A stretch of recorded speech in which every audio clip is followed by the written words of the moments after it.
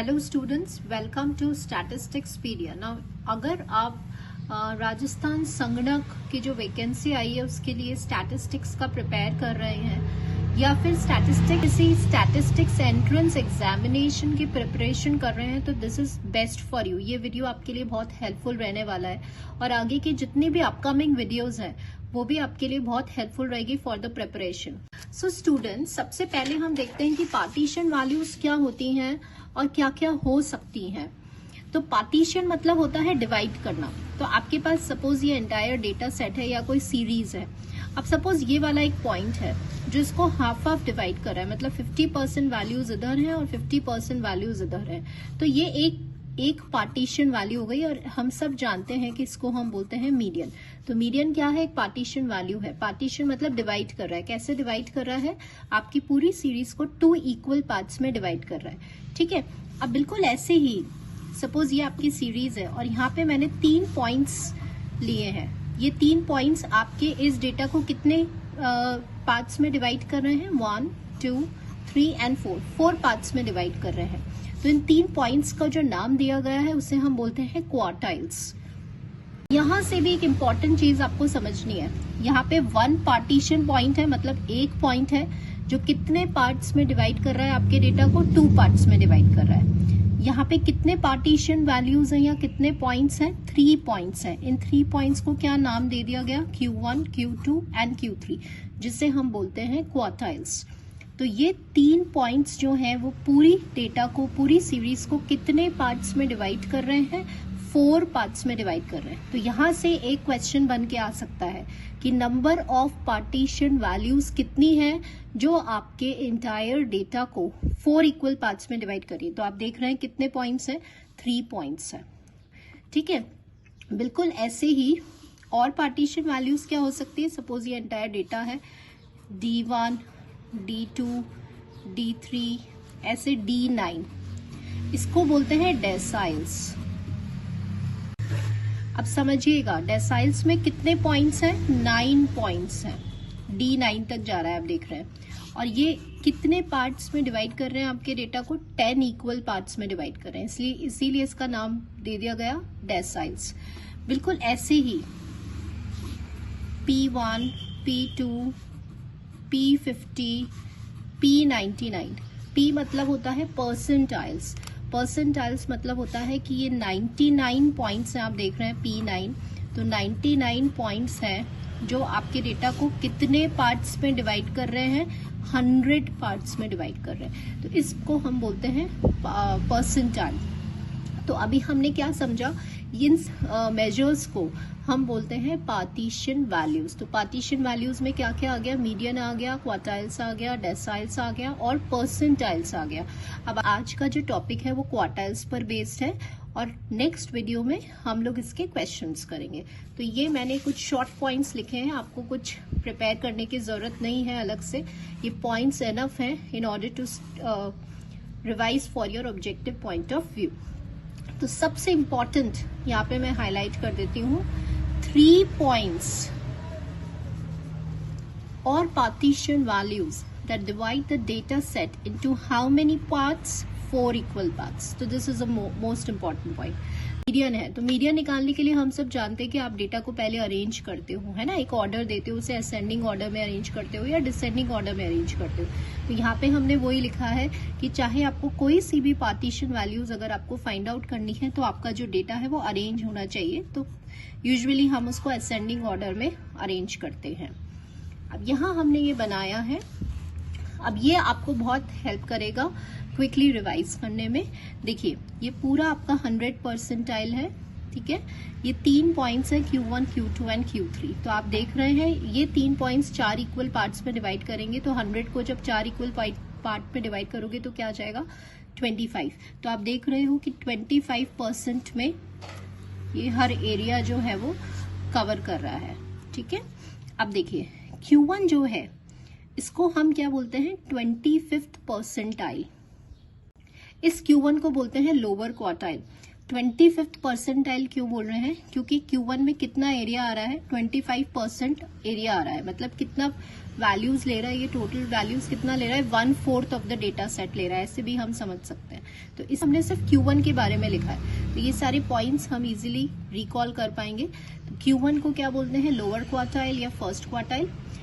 Percentile की terms में ये 25th परसेंटाइल है। क्यों है? क्योंकि ये कितना ऑब्जर्वेशंस ले रहा है, आप यहाँ पे देख रहे हैं 25% ऑब्जर्वेशंस ले रहा है आपके डेटा की। 25% होता है 1/4 ऑफ द ऑब्जर्वेशंस। कैसे निकालते हैं? फॉर्मूला क्या है? अगर आपको सिंपल डेटा दिया हुआ है, डिस्क्रीट डेटा, तो n+1/4 की वैल्यू आप निकालते हैं। और अगर आपका डेटा कंटिन्यूअस सीरीज का है तो उसका फॉर्मूला होता है ये। इसमें हम क्लास देखते हैं, और ये लोअर क्वार्टाइल है, ये क्यूमुलेटिव फ्रीक्वेंसी है, ये इंटरवल है। अब ये एक जनरल फॉर्मूला है जो हम पढ़ चुके हैं, बट स्टूडेंट्स इस फॉर्मूले को हमें लर्न करना है as a objective point of view. लेकिन अगर क्वार्टाइल मतलब होता है Q2, अब आप देख रहे हैं Q2 में कितनी परसेंट वैल्यूज ले रहा है? 50% वैल्यूज इधर ले रहा है और 50% वैल्यूज इधर ले रहा है। तो अब आपको ये समझ में आ गया है कि जब हमने डिस्कस किया था अबाउट मीडियन क्या था? मीडियन एक ऐसा पॉइंट था जो इक्वल पार्ट पे डिवाइड कर रहा है, 50% value below and 50% value above. तो यहाँ पे Q2 भी वही कर रहा है। तो इससे हमें क्या समझ में आया कि Q2 बेसिकली किसके इक्वल है? मीडियन के इक्वल है। किसमें लिखना है? तो हम इसको क्या लिखेंगे? 50th परसेंटाइल, क्योंकि 50% वैल्यूज लेता है। ठीक है, अगर इसका फॉर्मूला हमें देखना है तो Q2 होता है n+1/2 का ऑब्जर्वेशन, और अगर कंटिन्यूअस सीरीज है तो ये n/2 हो जाता है। ठीक है, ये इसका फॉर्मूला है। ये वही फॉर्मूला है जो आपने मीडियन का फॉर्मूला पढ़ा था, सेम वही फॉर्मूला है ये। नाउ Q3 कंसिडर करते हैं हम। Q3 लास्ट क्वार्टाइल है, इसको क्या बोलते हैं? अपर क्वार्टाइल। तो आप देख रहे हैं कि Q3 कितनी परसेंट वैल्यूज लेगा? तो आप देख रहे हो 25%, 25% एंड 25%, मतलब 75% ये वैल्यूज लेगा अंडर Q3 में 3/4 of the observation of the data set values include होती हैं। तो 75% मतलब क्या होता है? 75th percentile. ठीक है, कई बार क्वेश्चन ऐसा आता है कि अबव Q3 कितनी वैल्यूज है? तो अबव Q3 मतलब Q3 के बाहर कितनी वैल्यूज है? 25% ऑफ द वैल्यूज। कई बार क्वेश्चन आता है बिलो Q3 कितनी वैल्यूज है? 3/4 of the observation, 75% of the values. तो चलिए इसकी शॉर्ट नोट्स एक बार देख लेते हैं। So Q3 is known as upper quartile. Percentile की टर्म्स में हम इसको 75th परसेंटाइल बोलते हैं। अभी मैंने आपको बताया below Q3 75% of the values लेता है। बस इतना सा डिफरेंस समझिएगा कि अगर डेटा, क्योंकि ये 3/4 ऑफ द वैल्यूज ले रहा है, 75% ले रहा है, इसलिए यहाँ पे 3/4 आ गया। ठीक है, और n+1/2। तो अब आपको सिर्फ समझने वाली बात होती है, इसमें हमें कुछ रटना नहीं है। फॉर्मूला बहुत आसान है। Q1 में आप 25th बोल रहे हैं, 25% बोल रहे हैं, मतलब 1/4 बोल रहे हैं। तो देखिए यहाँ पे 1/4 ऑफ द ऑब्जर्वेशन है। अब आपने Q3 में क्या बोला? 3/4। तो देखिए फॉर्मूले में सिर्फ कहाँ चेंज आया? यहाँ। तो अपने आप ही आपको फॉर्मूला लर्न हो जाएगा। 3/4 ऑफ द ऑब्जर्वेशन n+1/2। अब देखिए Q1 के फॉर्मूले में क्या था? n/4 था, क्योंकि 1/4 ऑफ द ऑब्जर्वेशन था, है ना। मीडियन में क्या था? हाफ था, तो 1/2 आ गया। अब Q3 में क्या है? 3/4 है, तो आप देख रहे हैं 3/4 है। बाकी पूरा फॉर्मूला सेम है। ठीक है, अब नेक्स्ट क्वेश्चन आता है, ये भी ऑब्जेक्टिव क्वेश्चन होता है कि क्या हम जो पार्टीशन वैल्यूज है, जितनी भी पार्टीशन वैल्यूज है, सिर्फ क्वार्टाइल से नहीं, और भी जो पार्टीशन वैल्यूज है, और कौन कौन सी पार्टीशन वैल्यूज है आपकी?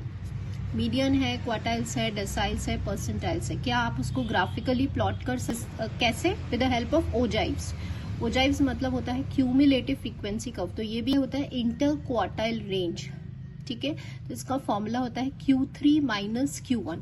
अब अगर हम इसको डायग्राम में देखें तो Q3 माइनस Q1 मतलब ये वाला एरिया, ये इंटर क्वार्टाइल रेंज है।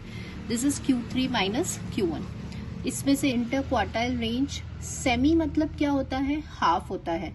तो आपको अगर इंटर क्वार्टाइल रेंज का फॉर्मूला पता है, क्या है? Q3 minus Q1। इसका आपको क्या करना है? सेमी करना है, मतलब आधा करना है, हाफ करना है। तो आप देख रहे हैं Q3 माइनस Q1/2। तो ये फॉर्मूला हो गया सेमी इंटर क्वार्टाइल रेंज का।